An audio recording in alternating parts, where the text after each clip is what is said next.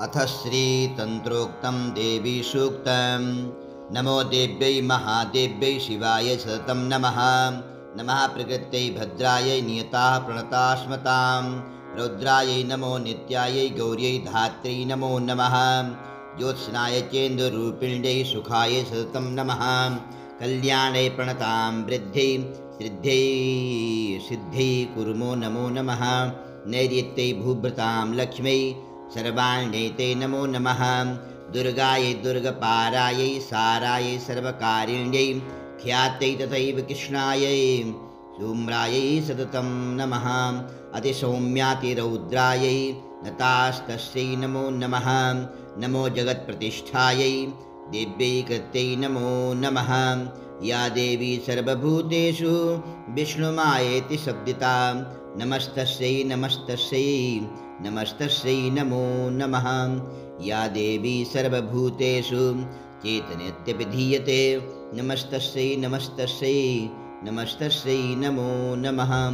या देवी सर्वभूतेषु बुद्धिरूपेण संस्थिता नमस्तस्यै नमस्तस्यै नमस्तस्यै नमो नमः। या देवी सर्वभूतेषु निद्रारूपेण संस्थिता नमस्तस्यै नमस्तस्यै नमस्तस्यै नमो नमः। या देवी सर्वभूतेषु क्षुधारूपेण संस्थिता नमस्तस्यै नमस्तस्यै नमस्तस्यै नमो नमः। या देवी सर्वभूतेषु छायारूपेण संस्थिता नमस्तस्यै नमस्तस्यै नमस्तस्यै नमो नमः। या देवी सर्वभूतेषु शक्तिरूपेण संस्थिता नमस्तस्यै नमस्तस्यै नमस्तस्यै नमो नमः। या देवी सर्वभूतेषु तृष्णारूपेण संस्थिता नमस्तस्यै नमस्तस्यै नमस्तस्यै नमो नमः। या देवी सर्वभूतेषु क्षान्तिरूपेण संस्थिता नमस्तस्यै नमस्तस्यै नमस्तस्यै नमो नमः। या देवी सर्वभूतेषु जातिरूपेण संस्थिता नमस्तस्यै नमस्तस्यै नमस्तस्यै नमो नमः। या देवी सर्वभूतेषु लज्जारूपेण संस्थिता नमस्तस्यै नमस्तस्यै नमस्तस्यै नमो नमः।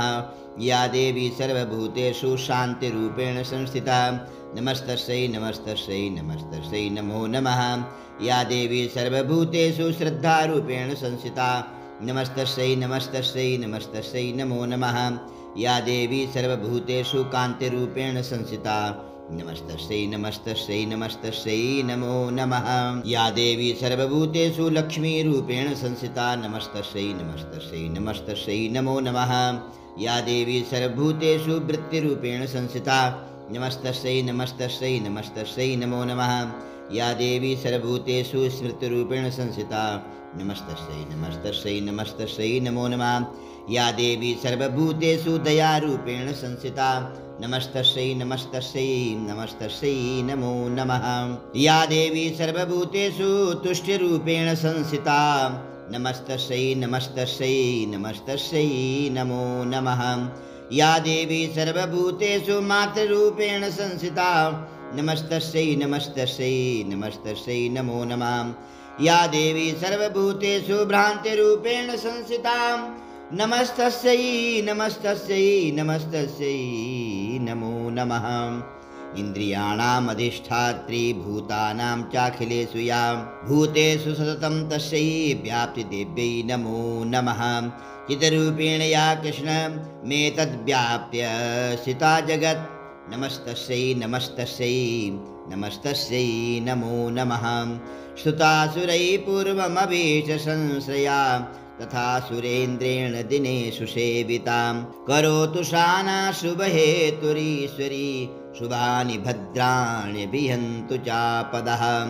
या साम्प्रतं चोद्धतदैत्यतापितैः रश्माभिरीसा च सुरैर्नमस्यते या च स्मृता तत्क्षणमेव हन्ति नः सर्वापदो भक्तिविनम्रमूर्तिभिः। हरि ओं तत्सत् श्रीदुर्गार्पणमस्तु इति तन्त्रोक्तं देवी सूक्तं सम्पन्नम्।